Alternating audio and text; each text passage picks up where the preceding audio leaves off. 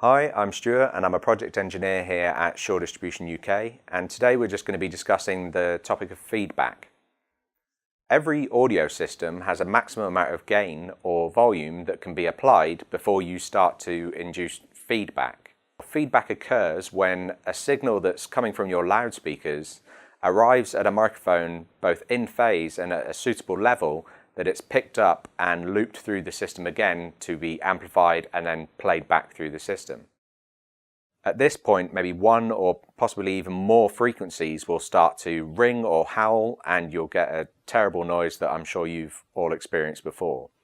When designing an audio system for a conference room, in order to achieve good quality audio without feedback, we need to balance the needed acoustic gain versus the potential acoustic gain that our system can provide.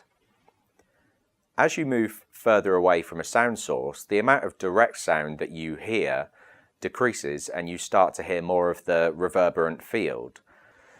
The potential acoustic gain that you can achieve from a sound system can be influenced by the acoustics of the room itself, the directionality of your microphones, the positioning of those microphones, and also the amplification level within the room.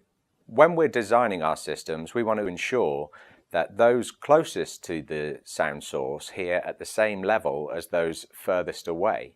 And this helps maximize our intelligibility by ensuring that everybody is hearing more of the direct sound versus reverberant sound. The amount of gain we require in order to achieve this even coverage is known as our needed acoustic gain. However, each sound system has a maximum potential acoustic gain that can be achieved.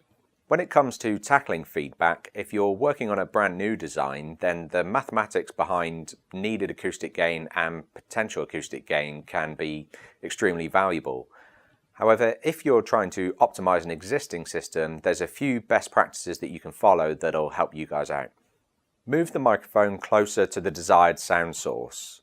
Poor microphone technique increases the amount of gain required in order to capture that sound well, and the more gain that's needed, the closer you are to inducing feedback.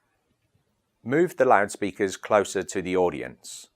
Distributed ceiling loudspeakers can ensure even coverage, or you could use delayed surface mount loudspeakers to provide suitable level to those seated further away.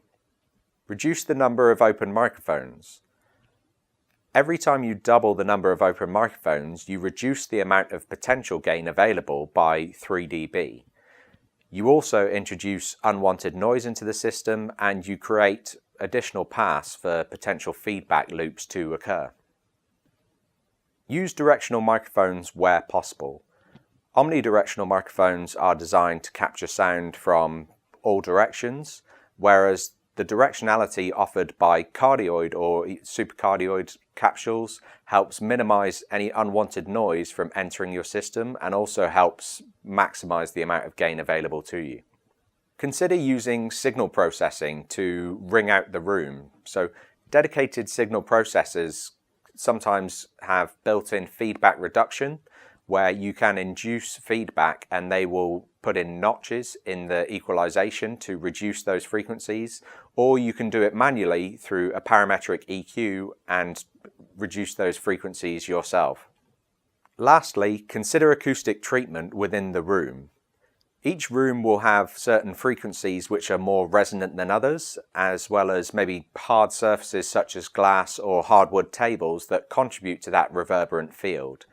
If you can use absorption to reduce the amount of reverberant field in that room, you're allowing more direct sound to reach your audience and therefore requiring less gain to ensure good intelligibility.